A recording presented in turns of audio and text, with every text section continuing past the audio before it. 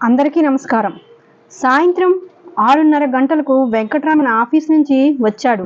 ప్రతిరోజు కంటే కాస్త ముందుగా వచ్చాడు ఆ రోజు. ఎందుకంటే ఆఫీస్కి వెళ్ళేటప్పుడు పిల్లలు షాపింగ్కి వెళ్ళాలి, బుక్స్ కొనుక్కోవాలి డాడీ అని చెప్పారు. అందుకోసం వెళ్ళాలి. అయితే ఆ ఇద్దరు పిల్లలు తమ మార్కుల కార్డులను వెంకటరమణ చేతిలో పెట్టారు. సైన్స్, మ్యాథ్స్లో కాస్తంత వెనకబడ్డారు. అయితే వెంకటరమణ కోప్పడలేదు కానీ ట్యూషన్ పెట్టించాలని భార్యతో అన్నాడు. ఆలస్యం ఎందుకు? ఈ కాలనీలో మీ ఫ్రెండ్ పిల్లలకు ఎవరో వచ్చి ట్యూషన్ చెప్తున్నారు కదా, వెళ్ళి కనుక్కో.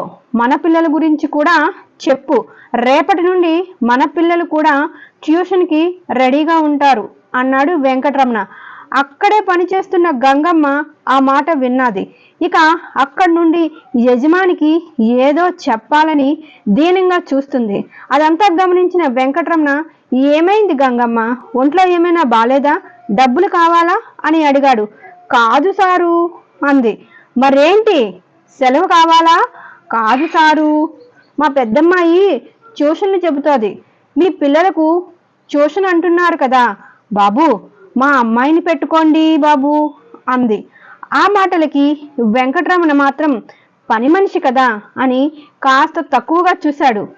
అది కాదు గంగమ్మ, మా పిల్లలు చదివేది పెద్ద ప్రైవేట్ స్కూల్ కదా, పైగా వాళ్ళది సిబిఎస్ఈ సిలబస్. మీ అమ్మాయి చెప్పలేదు. అంతగా డబ్బులు కావాలంటే నెల జీతంలో ఓ 100 రూపాయలు ఎక్కువ తీసుకో, నేను అమ్మగారికి చెబుతాలే అన్నాడు. కాదు సారు, మా పెద్దమ్మాయి ఎంఎస్సి కెమిస్ట్రీ చదివింది, గోల్డ్ మెడల్ కూడా వచ్చింది, కాంట్రాక్ట్ లెక్చరర్గా చేస్తుంది, పిహెచ్డి చదువుకుంటుంది. అందుకు సరిపడా డబ్బుల కోసం కష్టపడుతూ ఉంటుంది సారు, ట్యూషన్లు కూడా చెబుతుంది. ఆ మాట వినగానే వెంకటరమణ కాముగా అలా చూస్తూ ఉన్నాడు. అదే సమయకి టీ తీసుకొస్తున్న అతని భార్య కూడా ఆశ్చర్యపోయింది. వెంకటరమణ, గంగమ్మ, నీకు అంత పెద్ద కూతురుందా? ఇంతకీ నీకు ఎంతమంది పిల్లలు, వాళ్ళు ఏం చేస్తూ ఉంటారు అని అడిగాడు. సారు, నాకు 3 ఆడపిల్లలు. పెద్దమ్మాయి గురించి చెప్పాను కదా, ఆమెనే మాకు ఆధారం సారు. ఇక రెండో బిడ్డ ఎంఎస్సి కంప్యూటర్ చదువుకుంటుంది. మూడో బిడ్డ గవర్నమెంట్ కాలేజీలో ఎంబీబీఎస్ చదువుతుంది సారు. ఏంటి, ఎంబీబీఎస్ గవర్నమెంట్ కాలేజీలో చదువుతుందా? కాదులే గంగమ్మ, అది నర్సింగ్ అయి ఉంటుంది అన్నాడు వెంకటరమణ. కాదు సారు, డాక్టరే, ఎంబీబీఎస్. నాకు నోరు తిరగదు కానీ చెప్పేది మాత్రం కరెక్టే సారు అన్నది. ఫ్రీగా సీట్ వచ్చింది సారు, కానీ ఆ ఫీజు ఈ ఫీజులు అంటూ కాస్త ఎక్కువగానే ఖర్చు అవుతుంది సారు. 4 ఇళ్లల్లో పనిచేసినా సరిపోవటం లేదు సారు. ఆమె చెప్పిన మాటలు విని, మరి ఎంబీబీఎస్కి ఏ కోచింగ్ సెంటర్లకు పంపించావు అని అడిగాడు వెంకటరమణ. అయ్యో, తినడానికే మాకు కష్టం, నా కష్టం సరిపోవటం లేదు, అలాంటిది కోచింగ్లు అవి అంటే ఎలా సారు? ఇంట్లోనే కూర్చొని కష్టపడి రాత్రనక పగలనక చదివి అదేదో నీట్ పరీక్ష రాసింది సారు. అందులో మంచి మార్కులు వచ్చాయి, మంచి ర్యాంక్ రావడంతో గవర్నమెంట్ కాలేజీలో సీట్ వచ్చింది సారు అంటూ అమాయకంగా చెప్పింది గంగమ్మ. పాత చీర, మెరిసిన జుట్టు, జీవితంలో అలసిపోయిన స్త్రీలా కనిపించే గంగమ్మను చూడగానే వెంకటరమణకు ఒక్కసారిగా గౌరవం పెరిగిపోయింది అమాంతం. చూడమ్మా, నేను లక్షలు ఫీజు కట్టి చదివిస్తూ ఉన్నా నా పిల్లల్ని అయినా మళ్ళీ ట్యూషన్లు పెట్టించాలనుకుంటున్నా. ఎక్కడ చదివించావు అని అడిగాడు మరలా వెంకటరమణ కుతూహలంగా. సారు, మా ఊరి గవర్నమెంట్ స్కూల్లోనే చదువుకున్నారు నా బిడ్డలు 10 వరకు, అక్కడే ఉన్నారు. నిజానికి మా పెద్దమ్మాయి 7వ తరగతి చదువుకు మాన్పించేసి కూలికి తీసుకువెళ్ళేదాన్ని.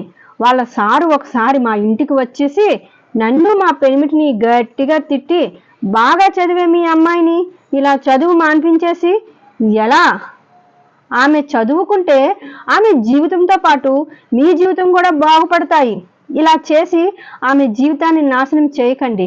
తిండి లేకపోతే ఒక పూట పస్తులుండండి, కానీ చదివించండి, చదువు మాత్రం మానిపించొద్దు అని ఆయన మాకు చెప్పారు. అలా పొలంలో పనిచేస్తున్న నా బిడ్డ చేయి పట్టుకొని ఆ సారు స్కూల్కి తీసుకువెళ్ళిపోయారు. అప్పుడే నాకు చదువు విలువ తెలిసింది సారు. ఆ సారు దయ వల్లనే నా ముగ్గురు బిడ్డల్ని ఇంతవరకు చదివించా. ఆ సారు ఎక్కడున్నా సరే చల్లగా ఉండాలని ప్రతిరోజు నేను ఆ దేవుణ్ణి వేడుకుంటాను. ఆయన వలనే నా బిడ్డల జీవితం ఇంత మంచిగా ఉంది. మా పెద్దమ్మాయి 10వ తరగతి పాస్ అవగానే ఇక్కడికి వచ్చేసాం. అందరూ ప్రభుత్వ కాలేజీల్లోనే చదువుకున్నారు. బట్టలు మంచివి లేకున్నా నా బిడ్డలు కష్టపడి చదువుకున్నారు.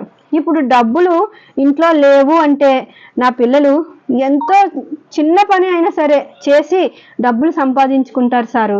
కానీ నాకే అంత గొప్పగా చదువుతున్న నా పిల్లలు చిన్న చిన్న పనులు చేసుకుంటుంటే చాలా బాధ అనిపిస్తుంది సారు అంటూ వస్తున్న కన్నీటిని చీర కొంగుతో తుడుచుకుంటూ చెప్పింది గంగమ్మ. మరి మీ ఆయన ఏం చేయడా గంగమ్మ అని అడిగాడు వెంకటరమణ.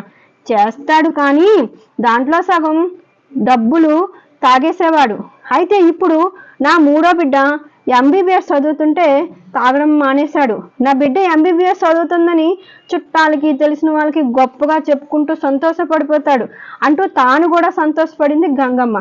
ఆమె మాటలు విన్న వెంకటరమణ కాసేపు మాట రాలేదు, ఆశ్చర్యపోయాడు. గంగమ్మ, ఒక్కసారి నీ ముగ్గురు బిడ్డలని వీలైతే రేపు సాయంత్రం ఇక్కడికి తీసుకువస్తావా అని అడిగాడు వెంకటరమణ.